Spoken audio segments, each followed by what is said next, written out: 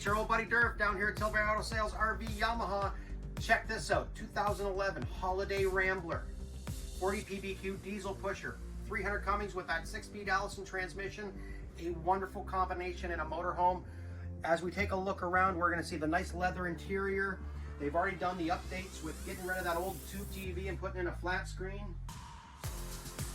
All the furniture opens up and drops down into bedding, so you got 8 people comfortably in this motorhome. That's if you wanted to bring that many people in. Great amount of counter space. You've got the big residential fridge just like you have back at home, so you know exactly how much stuff you can put into it. This has got an Onan 550 generator, so enough power to light up this entire motorhome and then some. Also, the standalone feature of the washer dryer. This is a completely standalone unit. You never have to stop anywhere to do anything you need to do.